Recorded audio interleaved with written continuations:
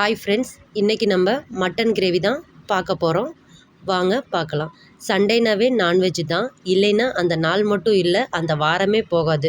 உங்களில் எத்தனை பேர்த்துக்கு இந்த மாதிரி தோணுதுன்னு கமெண்ட் பண்ணுங்கள் ஃப்ரெண்ட்ஸ்.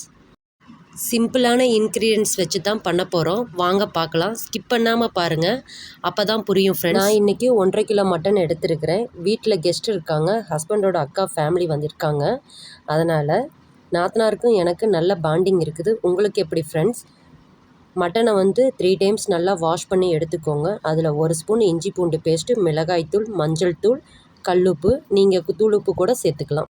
கையிலேயே நல்லா பெரட்டி விட்டுக்கோங்க. அவ்வளவுதான். குக்கரில் மூடி போட்டு 3 விசில் வச்சு எடுத்துக்கலாம்.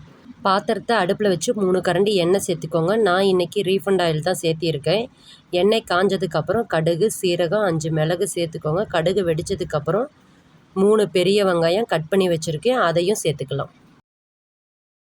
வெங்காயத்தை நல்லா வணக்கி விடுங்க. அப்போ தான் அதோட பச்சை வாசனையெல்லாம் போகும். பச்சை வாசனை போனால் தான் டேஸ்ட் நல்லாயிருக்கும். இன்றைக்கி கிரேவியாக பண்ணுறங்காட்டி 2 தக்காளியை மிக்சியில் அரைச்சி சேர்த்துருக்குறேன். டேஸ்ட்டுக்காக 2 பச்சை மிளகா சேர்த்துருக்கேன். உங்களுக்கு பச்சை மிளகா சேராதுன்னா அதை ஸ்கிப் பண்ணிக்கோங்க. இப்போ கொஞ்சம் உப்பு சேர்த்திக்கலாம். கம்மியாக உப்பு சேர்த்திக்கோங்க. ஏன்னா மட்டன் வேக வைக்கும்போது நம்ம உப்பு சேர்த்தி இருக்கோம். 2 ஸ்பூன் மிளகாய்த்தூள், 1/4 ஸ்பூன் மஞ்சத்தூள், 1.5 ஸ்பூன் மல்லித்தூள் சேர்த்துக்கலாம். நான் எல்லாமே கடையில் வாங்கின மிளகாய்த்தூள், மல்லித்தூள் தான் சேர்த்திருக்கிறேன். வீட்டில் எதுவும் அரைச்சி வைக்கல. எண்ணெயிலேயே மசாலா நல்லா வதங்கட்டும். வதங்கினதுக்கப்புறம் வேக வச்ச மட்டனை சேர்த்துக்கலாம். சேர்த்த மட்டனை நல்லா மசாலாவோட கலந்து விடுங்க. 5 நிமிஷம் மூடி போட்டு வேக விட்டுறலாம். மட்டன் நல்லா மசாலாவோட கலந்து வெந்திருக்குது. இந்த ஸ்டேஜில் 2 ஸ்பூன் மட்டன் மசாலா சேர்த்துக்கலாம். நான் இன்றைக்கி சத்தி மட்டன் மசாலா தான் சேர்த்துருக்குறேன். மறுபடியும் நல்லா கிளறி விட்டுக்கலாம். அவ்வளவுதான்.